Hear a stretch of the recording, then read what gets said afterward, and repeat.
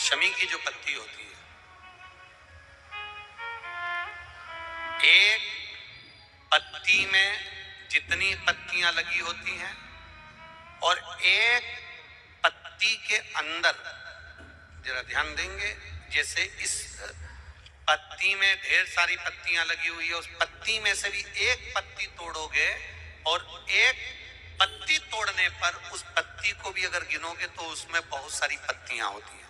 आज प्रयास करना, अगर कहीं आपको शमी की पत्ती मिले तो जैसे ये पत्ती, इस पत्ती को तोड़ा गया, इस पत्ती में से एक पत्ती निकाली गई और एक पत्ती निकालकर आप धीरे से रखना, उसमें भी बारीक बारीक बारीक बारीक बारीक बारीक बहुत सारी पत्तियां नजर आती हैं। शिव महापुराण की कथा कहती है, जो सोमवार की अष्टमी हो या प्रदोष का व्रत हो या 12 महीने की शिवरात्रि हो या किसी भी दिन प्रदोष काल के अंतर्गत शंकर भगवान को एक शमी का पत्ता कोई भूलवश भी समर्पित कर देता है, तो जितनी एक पत्ती में पत्तियां होती है और उस पत्ती के अंदर भी एक पत्ती को तोड़ने के बाद जितनी पत्तियां होती है, उतने जन्म मृत्यु लोक में मनुष्य के नहीं होते। 84 लाख योनियों में से वो योनियां कट जाती हैं और देव योनि प्राप्त हो जाती है। एक शमी पत्र की इतनी महत्वता है।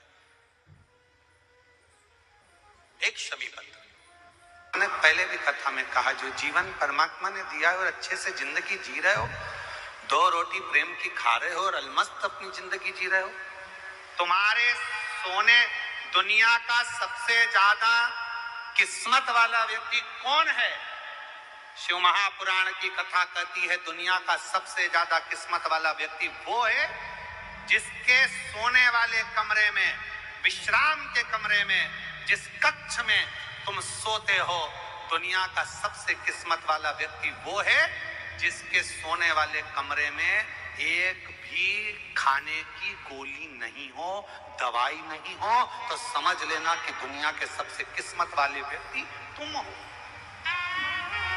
तुम्हारे सोने वाले कमरे में ये कपाट खोलो, उसमें दवाई, ये कपाट खोलो, उसमें दवाई, नीचे का ड्राज खोलो, उसमें दवाई, इधर का ड्राज खोलो, उसमें दवाई, सिर के पास बाम रखा, इधर रखा विक्स, इधर रखा सिरप, इधर रखा ये, पूरा घर अगर दवाइयों से, तुम्हारा कमरा अगर दवाइयों से भरकर रखा है, भले तुम्हारे यहाँ धन दौलत ढेर सारी हो, संपदा ढेर सारी हो, नौकर चाकर ढेर सारे हो, गाड़ी बंगला ढेर सारा हो, पर तुम्हारे सोने वाले कमरे में अगर ढेर सारी दवाई रखी है, रोज बिना दवाई के नहीं सो सकते, तो समझ लेना कि तुम किस्मत वाले नहीं हो। तुमसे ज्यादा किस्मत वाला तो एक नौकर है, चटाई बिछाता है, कंबल ओढ़ता है, चैन की नींद सोता है, सुबह उठता है, अपने काम में लग जाता है, नो टेंशन।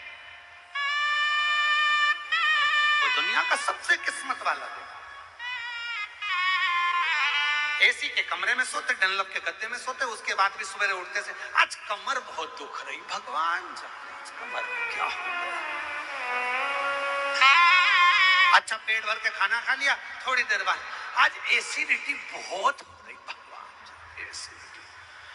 सुबह मॉर्निंग वॉक करके आए, फिर चालू, आज घुटने में ना जाने क्या हो गया, दर्द हो रहा है, समझ में नहीं आ रहा, पट्टा हो गया। रात को सो रही, फिर सुबह उठते से बोली नींद नहीं आई, 2 बजे के बाद नींद नहीं आ रही, जग रही, पता नहीं क्या हो गया। हुआ कुछ नहीं है, तुमने अपनी टेंडेंसी ये बना ली, अपनी सोच ये बना ली, अपनी विचार ये बना ली है, अपनी सोच ऐसी बना ली है कि मैं बीमार हूं, बीमार हूं, बीमार हूं, बीमार हूं।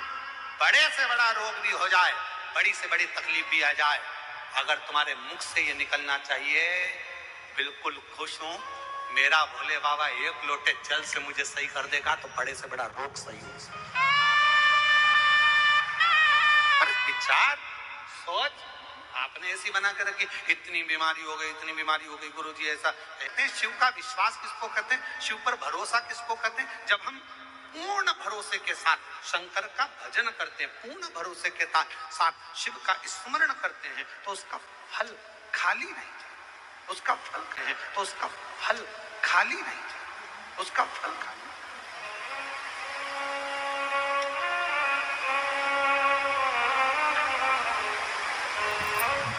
कोई सोचे मैं किस्मत वाला, मेरे पास इतना धन, मेरे पास ना ना, किस्मत किसको कहते? किस्मत वाला किसको कहते? जिसके एक भी दवाई की जरूरत ना पड़े, एकदम स्वस्थ मस्त और दोनों हाथ आनंद के साथ हर हर महादेव। कोई चीज की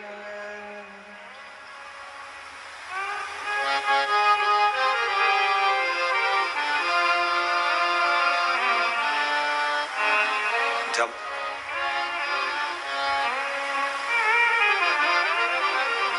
हम आप शिव पर पूर्ण आश्रित हो जाएं, पूर्ण आश्रित। पार्वती जी ने जैसे कहा कि देवाधिदेव महादेव से कि प्रभु पिताजी कोई चीज की जरूरत नहीं, पिताजी मेरे पति के पास में सब कुछ है, चाहे फिर वो कैसा भी जीवन हो, यदि आप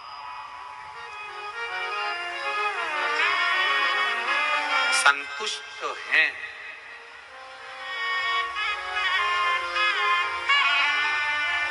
यदि आप संतुष्ट हैं तो छोटे से मकान को भी आप महल समझेंगे, छोटे से मकान।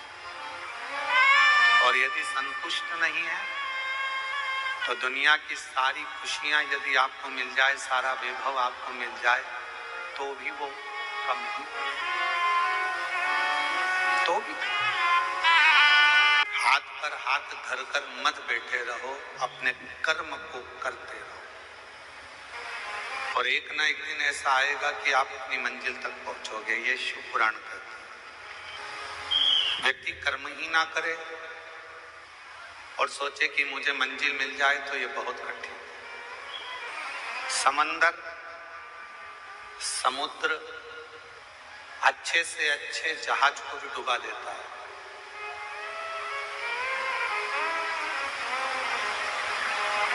समंदर समुद्र अच्छे से अच्छे जहाज को भी डुबा देता है। समुद्र बड़े से बड़े नौका को, बड़े से बड़े जहाज को और बहुत कुछ डुबो देता है, बहुत कुछ। जब अपनी वाली पर यदि समुद्र आ जाए तो बड़े बड़े शहर को भी डुबो देता है।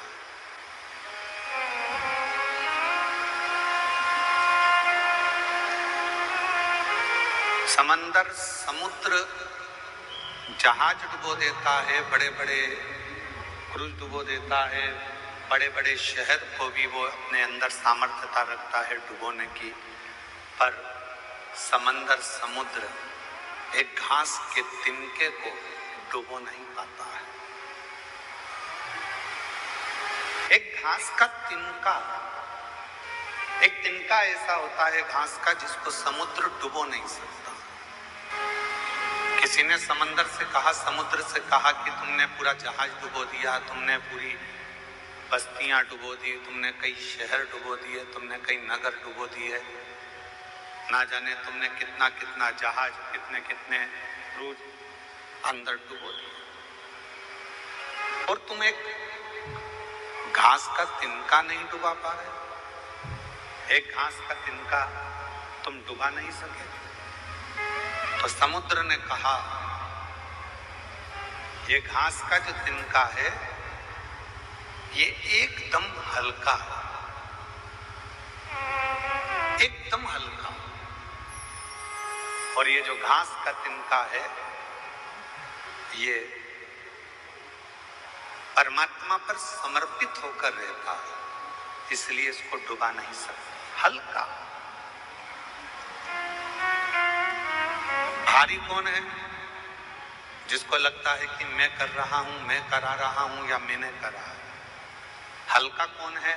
जिसने सोच लिया कि मैंने कुछ नहीं कराया, कराने वाला तो देवाधिदेव महादेव है, मैं तो केवल एक निमित्त मात्र।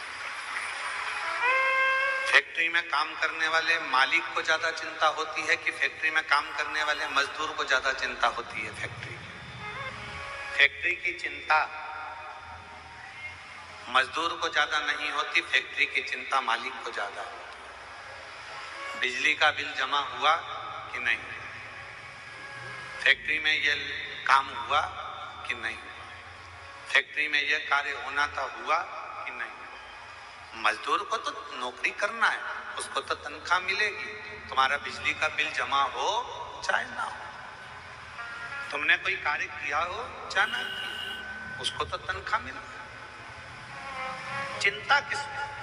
तो कहा मालिक को चिंता है, रात भर सो नहीं पाता, जागता रहता है, नींद की गोली खाता है, विश्राम करता है, पर नींद नहीं आती, नींद उछट जाती है क्योंकि मालिक को चिंता है।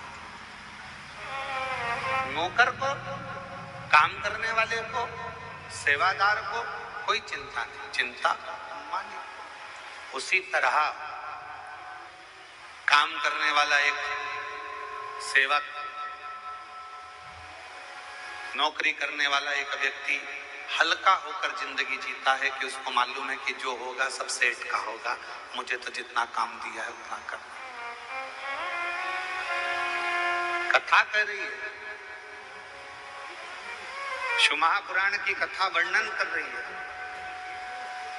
जो तिनका होता है, घास का समुद्र कहता है, इस घास के तिनके ने भी ये सोच लिया कि हवा उड़ा कर ले जाएगी तो चला जाऊंगा, पानी गिर जाएगा तो गीला हो जाऊंगा, फिर सूखूंगा, फिर बढ़ूंगा।